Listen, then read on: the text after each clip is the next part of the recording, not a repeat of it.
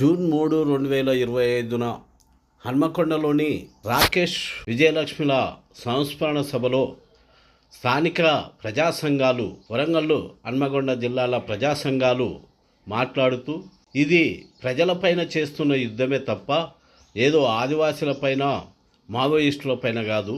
ఇది భారత ప్రజలపైన, భారత రాజ్యాంగాన్ని మార్చి ఈ వనరులను కొద్దిమంది చేతిలో పెట్టడానికి భారత ప్రభుత్వం చేస్తున్న పెద్ద కుట్ర. ఈ కుట్రను తిప్పికొట్టాలంటే ప్రజా సంఘాలుగా, చైతన్యవంతులుగా, ప్రజాస్వామిక వాదులు, మేధావులు, కవులు, కళాకారులు, విద్యార్థులను ప్రజల మధ్య తిరగాలి. ప్రజలకు ఈ విషయాలను తెలియజేస్తూ, ప్రజలను చైతన్యం చేస్తూ ఐక్య ఉద్యమాల ద్వారానే ఈ కుట్రను ఛేదించగలమని చెబుతున్నారు. వివక్షకు గురైనంత కాలం ప్రజా ఉద్యమాలు ఉంటాయి, వాళ్ళకన్నా మావోయిస్ట్ పార్టీ ఉంటుందని కూడా ఈ సందర్భంగా నేను తెలియజేస్తా ఉన్నా. అదేవిధంగా సంఖ్య ఎక్కడ తగ్గదు, సంఖ్య ప్రజలే. ఈ ప్రజలు ఏ విధంగా అయితే పీడనకు గురవుతారో ఆ విధంగా వాళ్ళకు అండగా అన్నలు ఉంటారని కూడా ఈ సందర్భంగా తెలియజేస్తా ఉన్నా.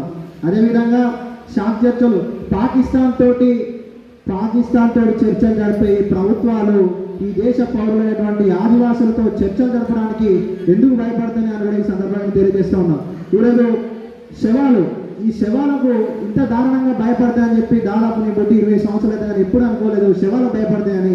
ఈరోజు ఈ ప్రపంచంలో అత్యంత శక్తివంతమైన మనిషి అని చెప్పి పవర్ఫుల్ మ్యాన్ ప్రధానమంత్రి చెప్పినటువంటి నరేంద్ర మోడీ, అమిత్ షా కూడా ఈరోజు రాకేష్ విజయలక్ష్మి గుండెకోట అమరుల వాళ్ళ శవాలకు భయపడా అంటే ఇది వీళ్ళ విజయంగానే భావించవచ్చని కూడా ఈ సందర్భంగా తెలియజేస్తా ఉన్నాం. ఎందుకనంటే శవాలు వాళ్ళు కనీసం కదలే స్థితిలో ఉన్నారు, కానీ వాళ్ళ ఆశయాలు ఈ దేశంలో భగత్ సింగ్ చచ్చిపోయిండు, మాలాంటి వందలాది భగత్ సింగ్లు పుట్టుకొస్తారని చెప్పి ఆ రోజు భగత్ సింగ్ చెప్పిండు. మేమందరం భగత్ సింగ్ ఆశయ సాధన కోసం పనిచేస్తా ఉన్నాం. అదేవిధంగా ఈరోజు వీళ్ళు చచ్చిపోయారు, వీళ్ళ ఆశయ సాధన కోసం కొన్ని వందల మంది పుట్టుకొస్తారని కూడా. ఇక బ్రతికుండే కన్నా చనిపోయే వాళ్ళు ఉద్యమానికి, సమాజానికి ఎంతో విప్లవ శక్తి, నూతన శక్తిని అందిస్తారని కూడా ఈ సందర్భంగా ప్రభుత్వాలకు తెలియజేస్తా ఉన్నా. శాంతి చర్చలు జరపాలి, అదేవిధంగా ఆపరేషన్ కగారు ఆపేయాలి. సంఖ్య అనేది ఎక్కడ దగ్గర ఈ దేశంలో ప్రజలు పీడనకు, కుల మత వివక్షకు గురైనంత కాలము ఈ దేశంలో మావోయిస్ట్ పార్టీ ఉంటుంది, ప్రజా ఉద్యమాలు ఉంటాయి. ఏ ఉద్యమైనా కానీ ఈరోజు తుపాకీ పట్టుకుని ఉద్యమం చేయొచ్చు, రేపు రాజ్యాంగ ఉద్యమం చేయొచ్చు, కానీ ఉద్యమం అనేది ఒక గతికాత్మక బతుకంగా మారుతూనే ఉంటుందని కూడా ఈ సందర్భంగా తెలియజేస్తున్నా. అరే సిగ్గులేని అమిత్ షా, మోడీ, మీకు ఎట్లా చదువు రాదు, మీరు ఎట్లా సైన్స్ చదువుకోలేదు, ఫిజిక్స్ చదవండి, ఏదైనా బాల్ కిందికేసి కొడితే అది మళ్ళీ అంతే శక్తితో పైకి లేస్తుంది. ఈ రోజు మీరు ఏ విధంగా ఆపరేషన్ కగారు ఆపుతారో, పేద ప్రజలను, ఆదివాసులు హింసిస్తారో, మళ్ళీ అదే విధంగా ఇదే ఉద్యమము ఉవ్వెత్తున ఎగుస్తుందని కూడా ఈ సందర్భంగా మేము తెలియజేస్తా ఉన్నాం. అదేవిధంగా శాంతి చర్చలు జరపాలి, ఇరువైపుల నుండి కాల్పుల విరమణ పాటించాలని కూడా తెలియజేస్తూ ఈ అవకాశం ఇచ్చారు. మావోయిస్ట్ పార్టీ నాయకత్వం, కార్యకర్తలు, ప్రజలు, పిఎల్సీఏ, సామాన్య ఆదివాసులు కూడా వందల సంఖ్యలో అమరులు కావడం జరుగుతూ ఉంది. ఒక రకంగా అది గత ప్రభుత్వాలు చేసినటువంటి హత్యాకాండలు, వెలుకౌంటర్లు, పుట్టక వెలుకౌంటర్లని సిఎల్సి పౌర హక్కుల సంఘం అనేకమైన నిర్వచనంతో తెలంగాణ వ్యాప్తంగా, దేశవ్యాప్తంగా తిరిగి ఎండగట్టింది. అది నిజమే, కానీ వాస్తవానికి వల్ల సంవత్సరం నుంచి జరుగుతున్నటువంటిది అది ఎన్కౌంటర్ కాదు, పుట్టక ఎన్కౌంటర్ కాదు. అమెరికా సామ్రాజ్యవాదం, నరేంద్ర మోడీ చేతులు జరుపుకొని మధ్య భారతంపై, భారతదేశంపై, భారతదేశ సంపదపై ఒక రకమైన యుద్ధం జరుగుతూ ఉంది. ఆ యుద్ధం వల్ల అంతర్యుద్ధంగా మారిపోయింది. ఆదివాసీలో ఒక సెక్షన్ను బ్యాడ్జీగా ప్రకటించి ఎలాంటి చదువు సంఖ్యలు లేని లంపెన్ సెక్షన్ను చేరదీసి మొత్తం మావోయిస్ట్ పార్టీ నాయకత్వం మీదకి ఉష్కరిస్తున్న ఒక తీరు చూస్తూ ఉంటే భారతదేశంలో అంతర్యుద్ధం జరుగుతూ ఉంది. ప్రజలారా, మిత్రులారా, ప్రజాస్వామికవాదులారా, మనం కొత్త కోణాన్ని ఆలోచించవలసిన అవసరం ఉంది, కొత్త ఆలోచన చేయాల్సిన అవసరం ఉంది. ప్రజలందరూ కూడా సివిల్ వార్, బహిరంగ ఉద్యమాలకు సిద్ధం కావాల్సిన అవసరం ఉంది. చిన్న చిన్న వేదికలు, హాల్ మీటింగ్లకు మనం పరిమితం అయితే ఈ ఫాసిస్ట్ బీజేపీ యుద్ధంలో గెలిచేటువంటి పరిస్థితి కనిపిస్తలేదు.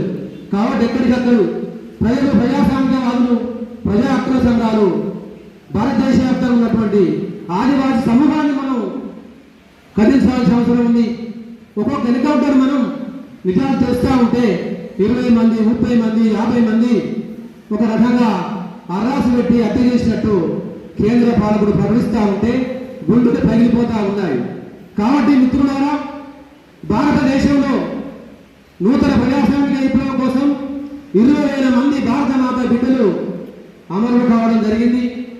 ఆ అమరులు కలగాలన్న ఆశయాలు ఇక మిగిలే ఉన్నాయి కాబట్టి ఆ లక్ష్యాలు సాధించడం కోసం మనంగా ప్రజలుగా ప్రజాస్వామికవాదులుగా మనం కొత్త ఆలోచన చేసి ప్రజల్లోకి పోవాల్సిన అవసరం ఉంది. మిత్రులారా, ప్రజాస్వామ్యాన్ని కాపాడదామని శాంతి చర్చలని రాజ్యాంగం అని మావోయిస్టు పార్టీ ప్రజా సంఘాలు ప్రజాస్వామికవాదులు 2 నెలల నుంచి ఎంత మొత్తుకున్నా కూడా బద్దలాడినా కూడా బామాడినా కూడా కేంద్రం ఉన్నటువంటి నరేంద్ర మోడీ వినడం లేదు. కాబట్టి కేంద్ర గవర్నమెంట్ బీజేపీ చర్చలకు ఇచ్చేటువంటి అవకాశం లేదు. కాబట్టి మనం ఏం చేద్దామనేటువంటి ఆలోచన ఈ వేదిక ఆలోచించాల్సిన అవసరం ఉంది. ప్రధానంగా ప్రజలు, ప్రజాస్వామికవాదులు, మేధావులు, విద్యార్థులు పెద్ద ఎత్తున కదిలి బీజేపీకి వ్యతిరేకంగా బీజేపీ ప్రభుత్వం గద్దె విజయంతో కూడా మనం ఉద్యమం చేయాల్సిన అవసరం ఉంది. రాష్ట్రాల్లో ఉన్నటువంటి మిలిటెంట్ పోరాట సంస్థలతోని మేము చర్చలు జరుపుతామని జరిపారు. అస్సాంలో త్రిపుర టైగర్స్ ఫోర్స్ అనేటువంటిది, నాగాలాండ్ కౌన్సిల్, అదేవిధంగా మేఘాలయ ఉల్ఫా, ఇలాంటి రాష్ట్రాల్లో ఉన్నటువంటి ఆ మిలిటెంట్ సంస్థలతో చర్చలు జరిపినప్పుడు ఇవాళ మావోయిస్టులే చర్చలకు సిద్ధంగా ఉన్నామని ప్రకటించినప్పటికీ ఈ మనువాద ప్రభుత్వం ఎందుకు వెనుకడుగు వేస్తుంది అనేటువంటిది మనం ఆలోచించాలి. ఇవాళ మావోయిస్టులు ఆదివాసీలకు అండగా ఉన్నారు. మరి ఆదివాసీల్ని ఎందుకు చంపాలని నిర్ణయించుకున్నది ఈ ప్రభుత్వం అంటే, అడవులలో ఉన్నటువంటి విలువైనటువంటి ఖనిజ సంపదను అంబానీ, ఆదాని సామ్రాజ్యవాద కార్పొరేట్ సంస్థలకు అప్పగించడానికి విలువైనటువంటి ఖనిజ సంపద రావాలంటే ఈ ఆదివాసీలు మా పర్యావరణం, మా జీవితం, మమ్మల్ని విధ్వంసం చేయకూడదు అని వాళ్ళు అడుగుతూ ఉన్నారు. వాళ్ళు అడుగుతూ ఉన్నందుకు వీళ్ళు వాళ్ళకి అండగా నిలబడ్డందుకు ఒకరి పేరు చెప్పి ఒకరిని ఇవాళ హతమార్చేటువంటిది, మొత్తం సమూలంగా విధ్వంసం చేసేటువంటి కుట్రను మధువాద పాలకులు చేస్తూ ఉన్నారు. దీన్ని అందరూ కూడా మనం ఒక ప్రజాస్వామికమైనటువంటి ఉద్యమంతోనే ఈ మనువాద పాలకులు చేస్తున్నటువంటి ఈ దుర్మార్గాన్ని, ఈ హింసను, ఈ తల్లుల దుఃఖానికి మనం పులి స్టాప్ పెట్టడానికి మనందరం కూడా ముందుకు వెళ్ళాల్సినటువంటి అవసరం ఉందని నేను కోరుతూ ఉన్నాను. అదేవిధంగా ఇవాళ మేము హిందుత్వ పాలకులు, హిందుత్వ రాజ్యం అని చెప్తూ ఉన్నారు.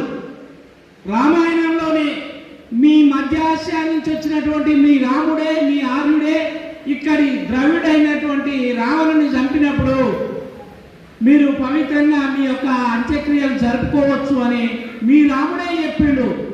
మీ నిజమైనటువంటి రాముని వారసులైతే, మీరు హిందుత్వ భావజాలం పట్ల మీకు విలువలుంటే, ఇక్కడ కూడా ప్రజల కోసం పోరాడి తమ ప్రాణాలు అర్పించినటువంటి రాకేష్ తదితర మిత్రుల యొక్క మృతదేహాలను ఎందుకు ఇవ్వలేదు అనేటువంటిది తల్లిదండ్రులు ఇవాళ ప్రశ్నిస్తూ ఉన్నారు. అంటే మీరు ఒక డూప్లికేట్ హిందుత్వవాదులు, హిందుత్వవాద ముసిగేసుకున్నటువంటి మోసకారులు ఇవాళ మీరు కార్పొరేట్ ఏజెంట్గా పనిచేస్తున్నటువంటి దోపిడీదారులు అని ఇవాళ ప్రజలు అర్థం చేసుకుంటున్నారు. కావున ఈ అమరుల యొక్క ఆశయాలను కొనసాగించడానికి మనందరం కూడా